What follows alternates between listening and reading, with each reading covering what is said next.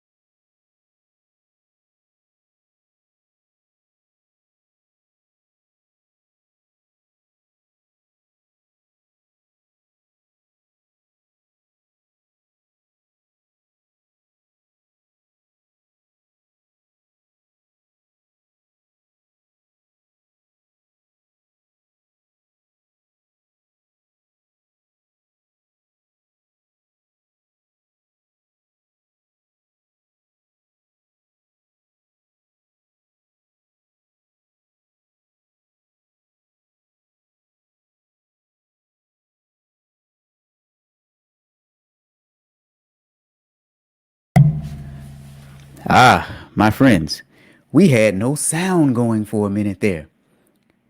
We have fixed the issue.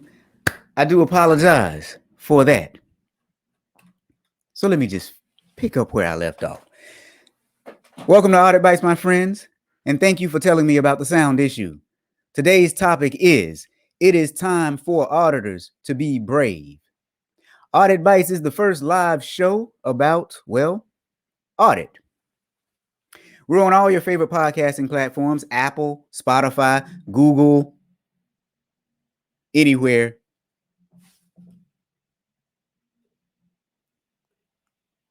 Anywhere you listen to podcasts. So here's what I want to ask you guys. Do you have sound now? Type into the chat and let me know if you have sound. Again, I do apologize for that slight sound issue, but Pozo and Hal, I see you guys here. Babs, I see you here. Lori, I see you here. Do you guys have sound now?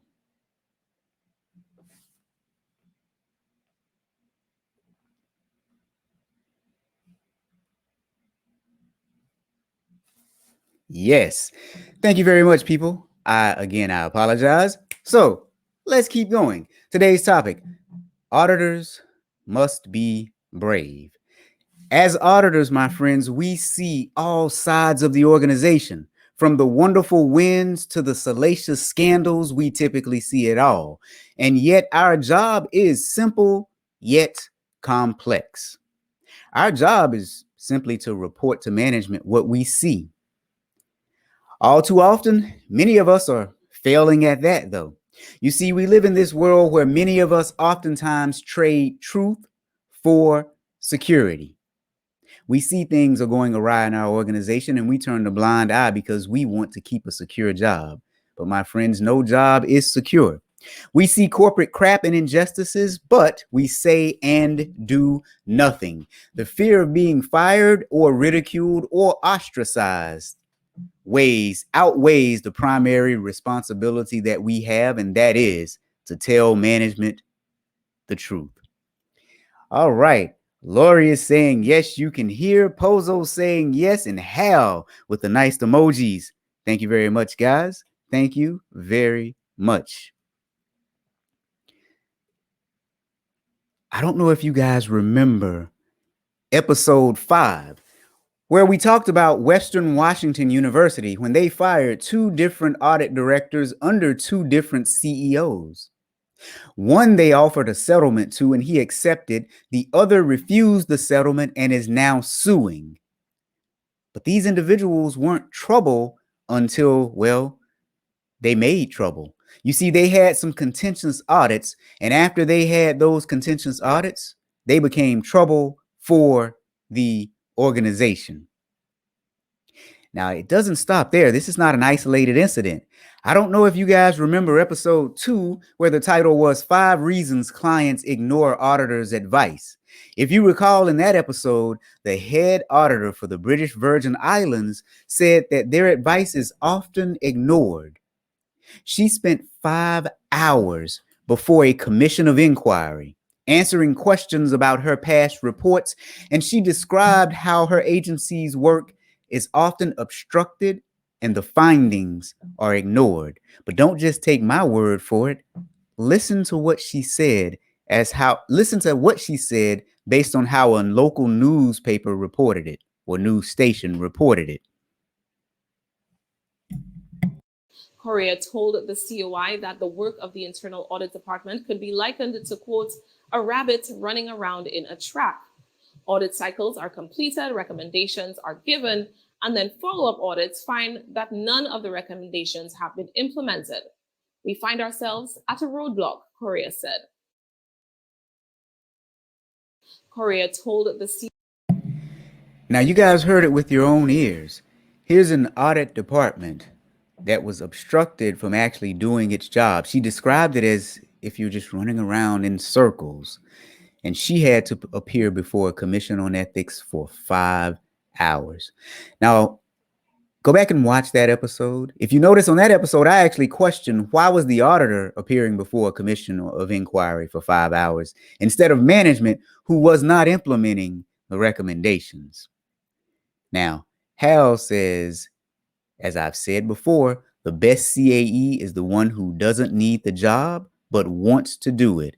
I agree 100%, Hal, because what we're going to talk about next is that the work of the Internal Audit. What we're going to talk about next is, if you recall, episode 24 of the Friday Fraudster. Now, let me stop here for one moment. If you guys don't know what that is a Friday podcast that I do with Kelly Paxton, our pink collar crime expert, and Joe Irvin, our ethics guru, where every Friday we break down fraud cases. We talk about why they happened, how they happened, and what maybe, if anything, auditors could have done to prevent and or detect it.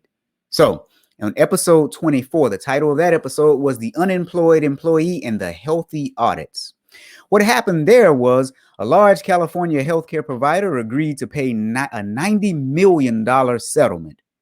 That settlement, resulted in cooperation from a whistleblower. That whistleblower happened to be an audit and compliance professional. She became fed up with what she saw, and she helped the government. Today, on Audit Bites, what we're talking about is internal auditors need to be brave. So today I want to talk about a specific story that's made the news lately. John Peter Smith Hospital agreed to pay $3.3 million to settle a case alleging it violated the False Claims Act by upcoding claims given to federal healthcare programs such as Medicare, TRICARE, and even the VA, the Veterans Administration.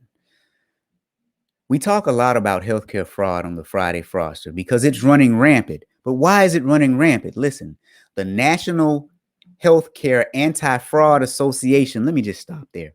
The fact that we have a National Healthcare Anti-Fraud Association should let you know that it's a huge problem. We have an entire association dedicated to it, right?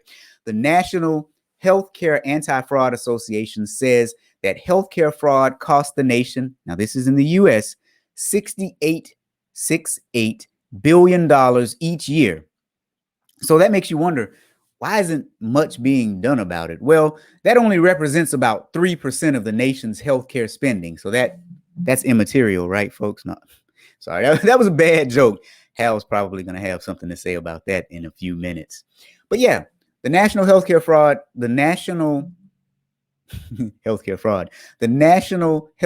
Anti-Fraud Association says that we spend $68 billion with a B dollars per year. Now, this particular suit stems from a complaint filed by one of JPS's former directors of compliance, Irma Lee, who said that the hospital upcoded hundreds of claims to increase payments. In other words, they charged more than they should have for specific healthcare claims. JPS maintains that the errors were unintentional. JPS claims that the errors were unintentional. All right, so let's talk about this person who cooperated with the government for just 1 minute. Lee began her career with JPS in 1996 as an executive assistant and worked her way through the organization to become the compliance director. As the compliance director, it was her job to identify potential healthcare fraud. That was her job as compliance director. Now, in 2015, now mind you, she started working there in 1996. In 2015, she led an audit that found that 88% of a specific type of Medicare claims were fraudulent, and 100% of Texas Medicaid claims were erroneous. 88% of claims and 100% of Medicare. 88% of Medicaid, 100% of Medicare. Now, Hal is saying that's more than $200 for every single person in the entire United States. The amount of fraud that has occurred, the $68 billion with a B in fraud that has occurred. Yeah, thanks, Hal, for doing that math. So, in 2015, she found that 88% of one specific type of federal Medicare claims were fraudulent and 100% of Texas Medicaid claims were erroneous. So what do you guys think she did when she found this fraud? Did she turn a blind eye? Did she report it and walk away? She took her findings to executive leadership and she said that they ignored the information and did not refund the money. So here's what happens. Whenever there's an overpayment, you have the ability to actually refund the money. If you find it, the federal government will allow you to refund the money. No harm, no foul. So she found these items in 2015. She took them to the organization and said, this is fraudulent. The organization did not issue a refund. So I'm wondering, what do you guys think happened next after she took the claims to the executives at the organization and they refused to do a refund? What do you think happened to this individual next? See, there are a lot of things that could have happened. They could have explored it further, and then maybe, just maybe, the evidence would have spoken for itself, and then you do a refund. Or maybe she was wrong, because there's a chance that she could have been wrong in what she was seeing. Well, here's what they did. In 2017, JPS fired Lee. So now, auditors, if you don't know, when it comes to the False Claims Act and federal whistleblower acts, there are certain things that you can do. Hal said she did her best Bruce Banner and turned into the Hulk. You know what? You might be close to right when I tell you what happened next. What she did was a Herculean act. You see, guys, the Federal Whistleblower Act, it allows individuals to sue on behalf of the federal government and get a piece of the pie if it turns out that, well, something was wrong, or if a settlement is made. So here's what happened. Lee will now receive $912,635 as her share of the $3.3 million settlement. Now, the settlement also states that, well, the settlement agreement is neither an admission of liability by JPS nor a concession by the United States that its claims are not well-founded. So JPS is not admitting guilt. The U.S. is not saying that we didn't pursue this further because we had weak evidence. A settlement has been made of $3.3 million. And this former compliance director that was fired in 2017 is taking home $912,635.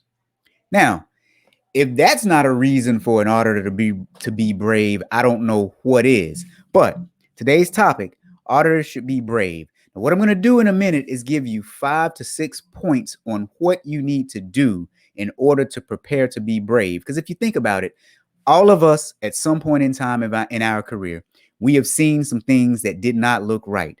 All of us have worked for organizations where we try to wave the red flag and say, hey, look, something's wrong.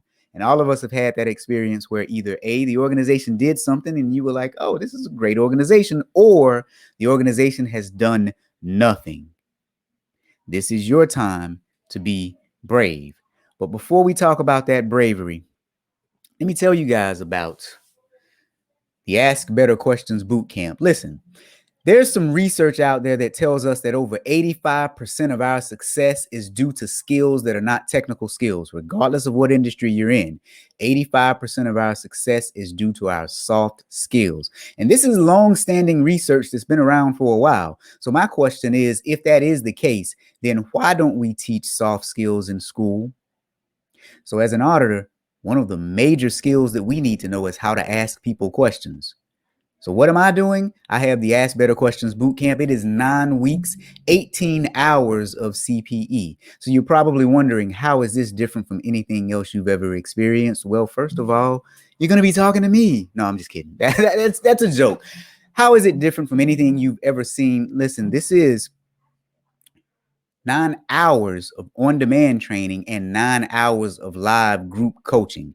Our next cohort starts October the 18th. If you want to know more, go to my website, thatauditguy.com/bootcamp.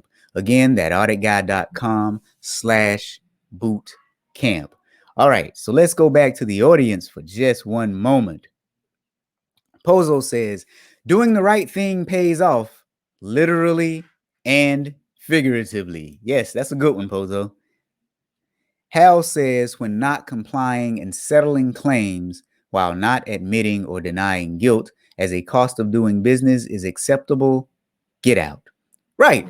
Because, I mean, obviously, the settlement is probably not as much as they've taken in throughout the years. So otherwise, why in the world would you settle? Okay, so now the next thing I want to talk to you guys about is my best-selling book, Ask Better Questions, Get Better Answers, Perform Better Audits. It is doing pretty well on the Amazon charts. If you want to know more about it, it covers the art of asking questions. Go to askgetperform.com. Again, askgetperform.com. So you guys are with me, Robert Berry, here on Audit Bites. This episode is Internal Auditors Must Be Brave. We just talked about a few different cases where auditors were fired because they had contentious audits and management did not like the results, so they got rid of the auditors. We also talked about a case where, well, one auditor cooperated with the federal government and now she's taking home almost $1 million, her portion of a $3.3 million settlement. So the question becomes, what should you do if you are an auditor and you need to be brave? Well, let's talk about that for one moment. The first thing you need to do is know your own personal values. What is it that you value as a person? A lot of people don't even know what they value because they've never sat down and thought about it. I can tell you truth and honesty are two of my personal values. Now, oftentimes it gets me in trouble because sometimes I want to chase the truth. And when people are responding emotionally to things, they don't really care about the truth. So that can get you into trouble. But if you know what your values are, then you know who you are as an individual. So that's the first thing you want to do. If you've not written them down, thought about them, communicated them to yourself and to others, go sit down, write out whatever your values are. Try to pick at least 3. Most people have at least 3 things that they value in life. So first, auditors, if you want to be brave, know your values. The second thing I want you to do is determine the prevailing values at the organization that you work for. Now, there are 2 things to consider here. First, what are the written values that they have somewhere on their website? Take a look at those, because once you read those, you should see those values being displayed across the organization. Not always, but you should. So now, once you do that, the second thing I want you to do is take a look at what values are lived in the organization. So take a look at the values that are written. Most organizations will have them on their website. This will tell you what they believe in, right? If you don't believe in, let's pick a topic. Let's pick a controversial one. If you don't believe in medical marijuana and your organization sells medical marijuana, then you're probably working for the wrong organization, right? So look at the values that are written on their website, and then look at the values that you actually see people living in the organization, because this will tell you if there's a disconnect, first of all, between what the organization has written and what they do. Then it'll also tell you if there's a disconnect or if there's some sort of tie in to your own personal values as an auditor. You don't want to be trapped in an organization whose values are different from yours. All right. Because at some point, that paycheck is not going to override the fact that you might be overstepping your moral and ethical values. So now, the third thing that you need to do is assess the situation. You see, oftentimes as auditors, we get placed in sticky situations, but that situation may just be an isolated incident. You may be dealing with one corporate idiot who is out of line with the values that your organization has as a whole. If that is the case, you might be okay. But if you're dealing with a situation that really reflects the overall image of your organization, and it's a situation that you are not comfortable with, you need to be aware of that. But it all starts with, first, knowing your individual values, two, knowing the prevailing values in the organization, and three, assessing the specific situation that you're in right now at this particular point in time. Okay. So hopefully that makes sense so far. But let's take it a step further. The next thing you need to do if you want to be brave as an auditor is you need to build your fit fund.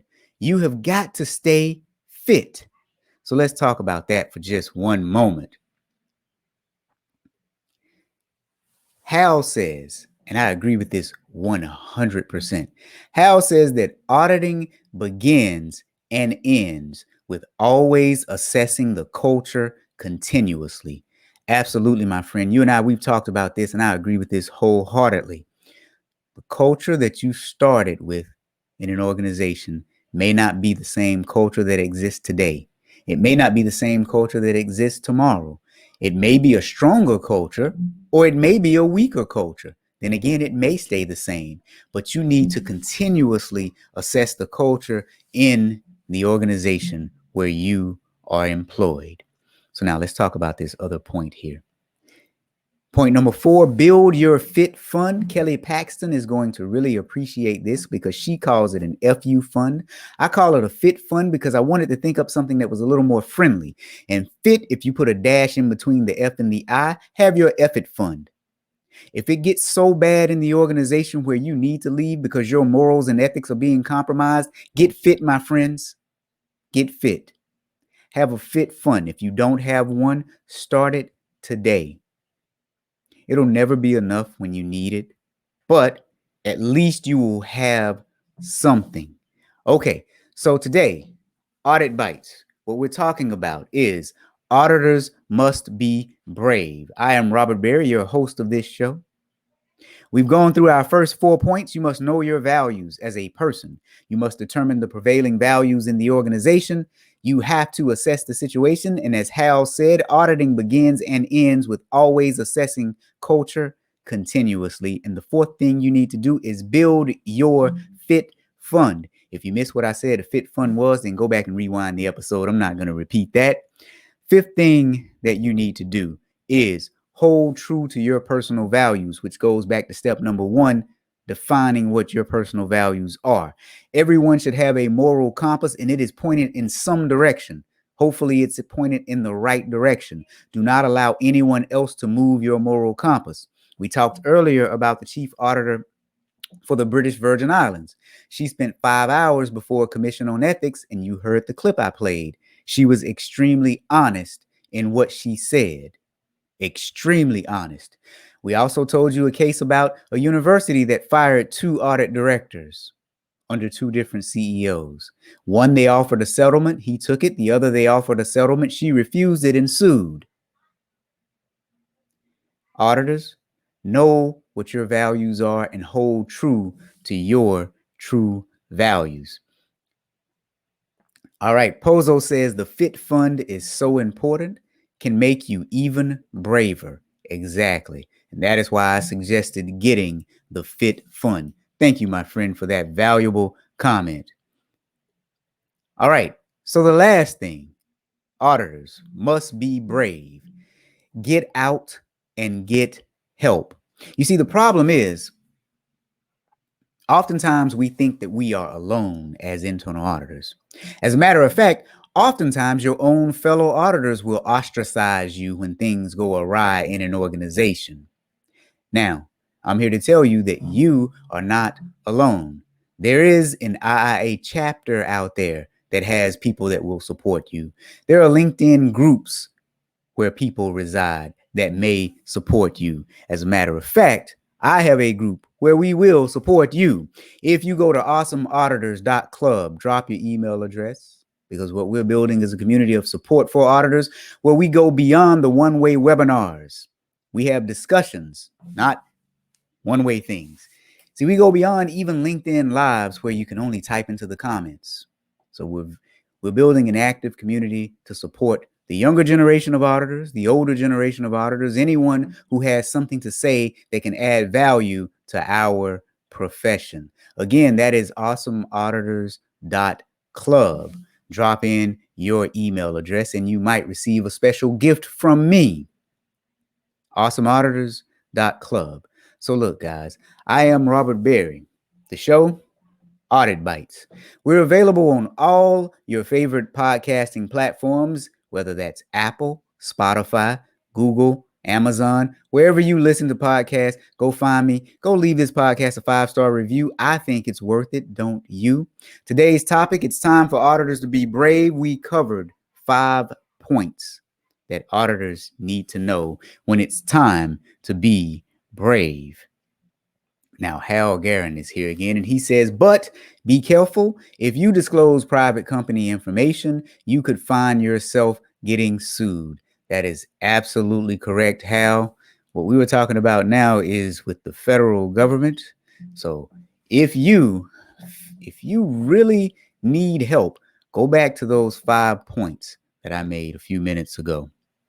If you feel like you really and truly need help as an audit professional because things have gone awry, know your values, determine the prevailing values in the organization, assess the situation, build your fit fund, hold true to your values, and please get out. You don't have to stay in a situation that is dangerous and detrimental to your mental and sometimes physical health. Now, Hal says, if you're going to speak to anyone outside the organization, consult an attorney. And that was going to be my last point. Hal, we're thinking alike today. I don't know if that's good or bad for me or you. That's probably good for me because, anytime I think like Hal, that means I'm on the right track. So if you find yourself in a dire situation where you need help, you need to consult an attorney. It is of the utmost importance that you do, because an attorney will help guide you in the right direction. So, I am Robert Berry. This is Audit Bites, episode number 7. It is time for auditors to be brave. You guys, today is a short show. I want to thank you for joining me, and what I want you to do is send this to all of your friends who need to find some inspiration to be brave, who need to find those brave moments, because what we do is a tough job and we have to stick together. Thank you for joining me. See you next time.